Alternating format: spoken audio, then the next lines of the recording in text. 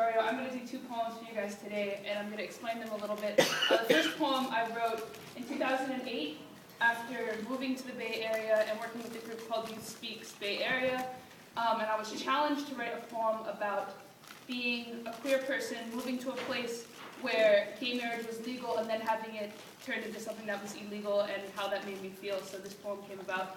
So yeah.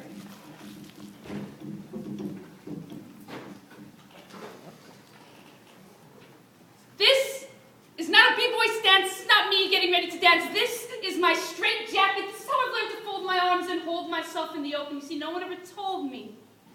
You don't have to be in a closet to lie to yourself. You just have to stand up real straight and smile. I have never been afraid to be open. Always wore my pain and history on my sleeves, performed at a moment's notice, but sometimes fear doesn't make sense. It isn't logical. I grew up knowing both of my parents would be more than okay if I was gay. You see, in my kitchen growing up, there were rainbow magnets on my mother's refrigerator, hatred-free zone proclamations, but still to this day, I get choked up when faced with the word bi, queer, or gay. There is something I am afraid of, something I have tried so hard to run from.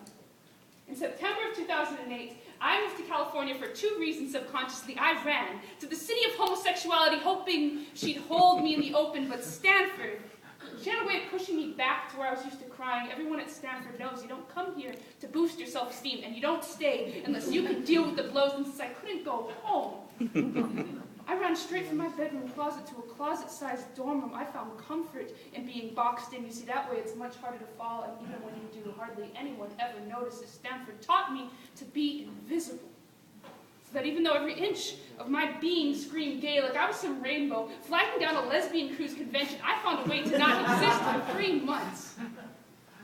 But when California's Proposition 8 passed, making it illegal for people like me to be married, I was legally deemed a second-class citizen.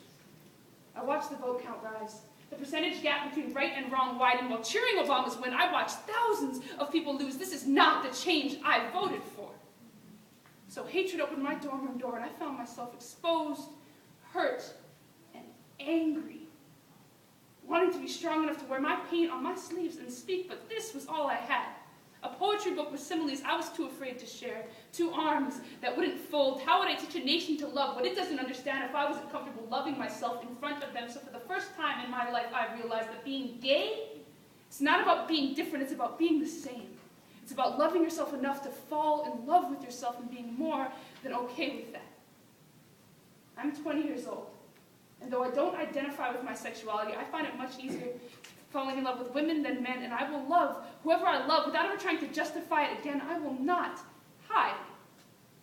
Because in 2008, I moved to California for 2 reasons subconsciously. To find someone to love, and to find someone who could love me. And in 2009, for the first time in my life, I took off my jacket, voluntarily wrapped my arms around my chest. I found exactly what I was looking for. Myself. I fell in love.